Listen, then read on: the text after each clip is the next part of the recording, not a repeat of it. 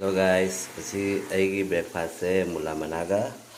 chana ga ngau ga tawini yong mayam hoda ro dai na se chana se yong ai se pang ngau ja de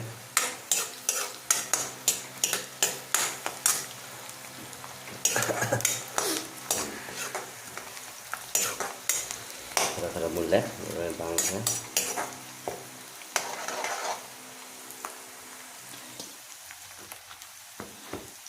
chana tha ya jack jack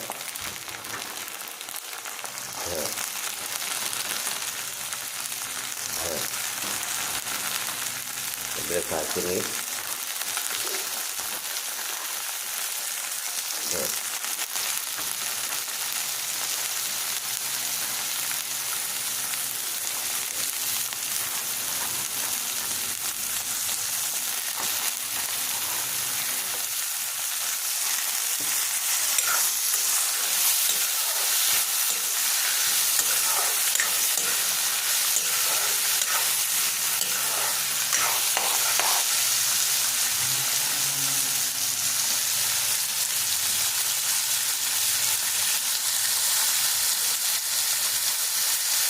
mula manase mo hapa matam jale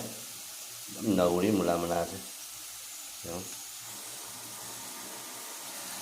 jadi hapta lagi memang mula manase wah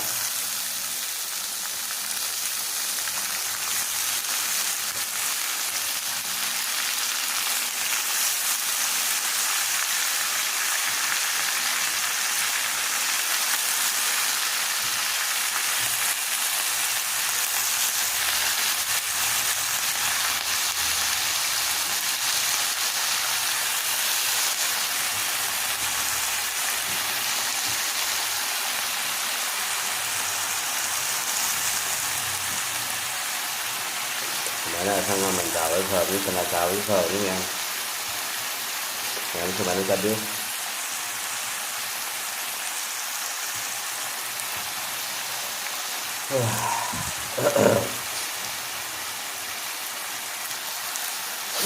mấy cái này sẽ sạch sẽ từ lại từ support từ em ini là hàng giờ cái này em cái thả đấy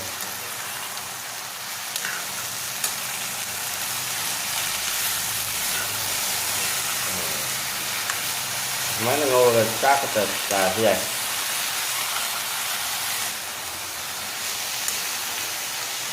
yang di apa mbak juga deh ya komen lagi dong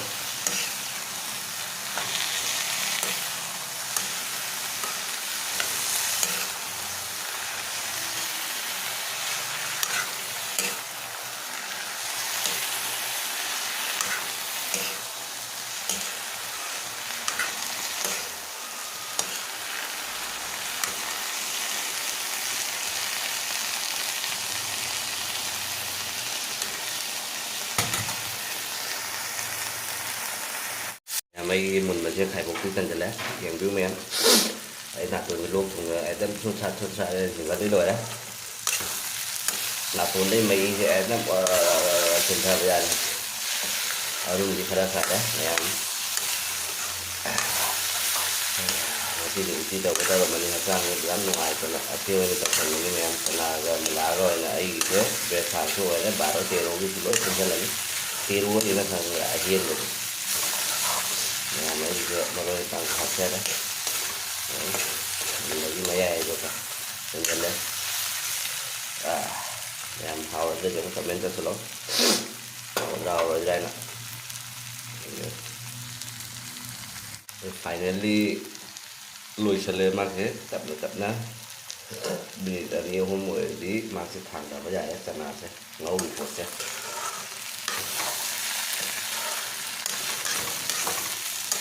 apa mikir untuk di sana kenapa? Kami selalu mesti budaya kenapa? Ya apa mikir untuk budaya itu cerita buta. Main merawat nasi kawan-kawan.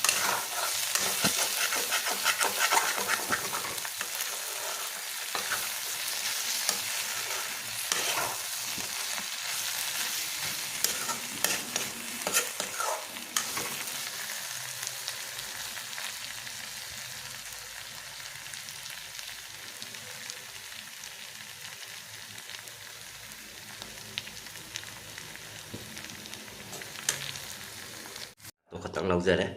ꯆꯥꯅꯤꯡꯗꯦꯅ ꯈꯛꯇꯪ ꯂꯧꯖꯕꯁꯦ ꯉꯁꯤꯒꯤ breakfast ꯑꯣꯏꯗꯣꯏꯅꯤ ꯕꯥꯔꯣꯒꯤꯁꯨ ꯑꯣꯏꯗꯣꯏꯅꯤ ꯂꯣꯏꯅ ꯄꯨꯟꯁꯜꯂꯦ ꯑꯩꯒꯤꯁꯦ ꯑꯗ ꯊꯥꯡꯗꯥꯔꯦ ꯌꯦꯡꯉꯨ ꯃꯌꯥꯝ ꯃꯩꯈꯨꯒ ꯀꯥꯗꯅ ꯃꯅꯝꯒ ꯐꯖꯅ ꯅꯨꯡꯁꯤꯔꯦ ꯃꯌꯥꯝ ꯌꯦꯡꯕꯤꯌꯨ ꯃꯌꯥꯝ ꯁꯤꯅꯤ ꯉꯁꯤꯒꯤ ꯏꯆꯝ ꯆꯝꯕ ꯃꯊꯦꯜ